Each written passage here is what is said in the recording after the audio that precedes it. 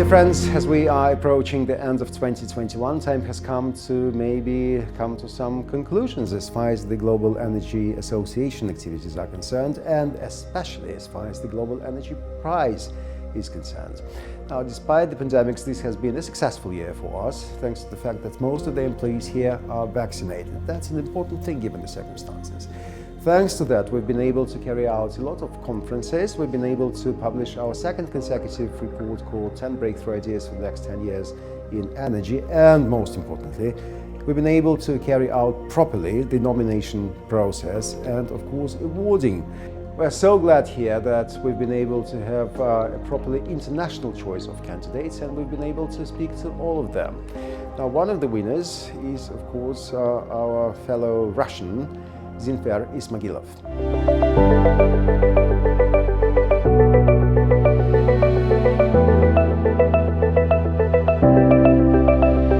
A native of Bashkortostan, who later became a Siberian, he won world recognition as a top specialist in the coal chemistry sector, chemistry of carbon materials, and heterogeneous catalysis.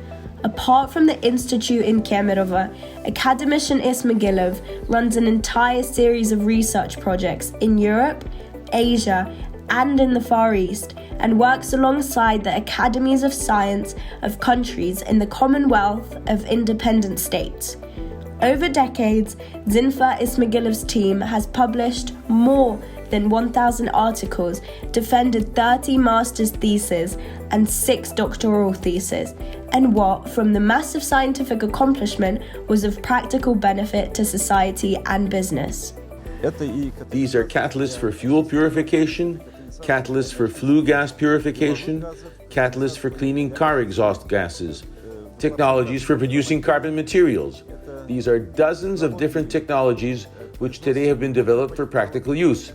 Let me point to a single technology: cleaning of associated gases from hydrogen sulfide. This has great importance for oil production because if there is no cleaning of associated gases, there can be no oil production. A single installed process enabled us over the past 10 years to clean more than 1 billion cubic meters of associated fuel gases. You can have thousands of tons of elemental sulfur and avoid releasing into the atmosphere several thousand tons of sulfuric acid. Thanks to our development, production at a single deposit was increased by 70 million tons of oil. And that is by no means the only example. Patented technologies of academic Ismagilov are in use in 20 countries, including in oil-rich Saudi Arabia. And this year, his work won the recognition of 20 eminent scientists from Global Energy's International Award Committee. Let's take ourselves to Tatarstan, where we announced the results of the vote.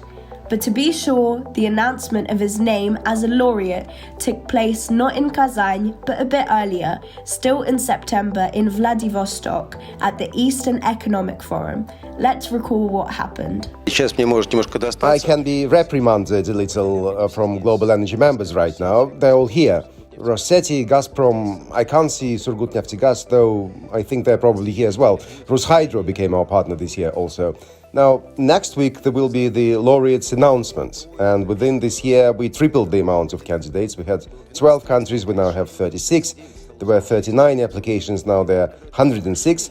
When we scaled this up, we got the opportunity to see the tendencies and learn more insights. Although the announcement, as I said, will be only next week in Kazan, I am going to risk and name a person who won the conventional energy nomination. He is Zinfer Ismagilov, a Russian scientist.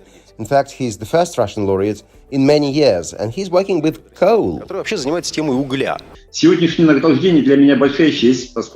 Today's award is a great honor for me, as this was a competition with very worthy scientists. Let me express my gratitude to my teacher, academician Boretsky, and his entire team for their enormous contribution to our joint efforts. As for the award ceremony, Zinfer Ismagilov came to Moscow in October for the Russian Energy Week Forum, where the award was presented to him by Deputy Prime Minister Alexander Novak.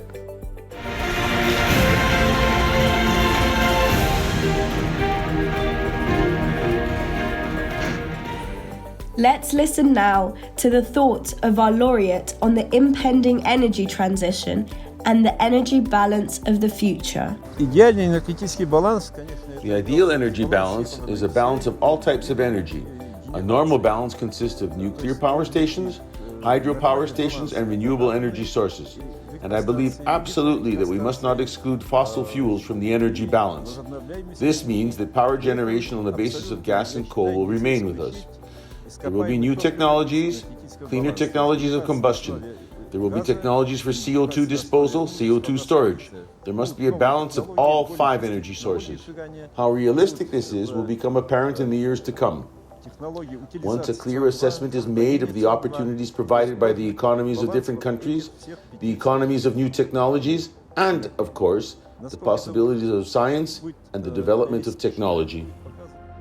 We're looking forward to have yet another interesting year, the more so that it's going to be a very important year here in Russia. For the first time in decades in St. Petersburg, we will have the Congress of the World Energy Council taking place, and we try to actively engage our association in the preliminary preparations for the Congress. Also, I'm very glad to announce that we're looking forward to a trip to Siberia, to Russia's oil capital called Khanty-Mansiysk. It's there that we will have the meeting of our international committee, and it's from Siberia that we will announce the winners of the 2022 nomination cycle. So see you soon, and Happy New Year to you.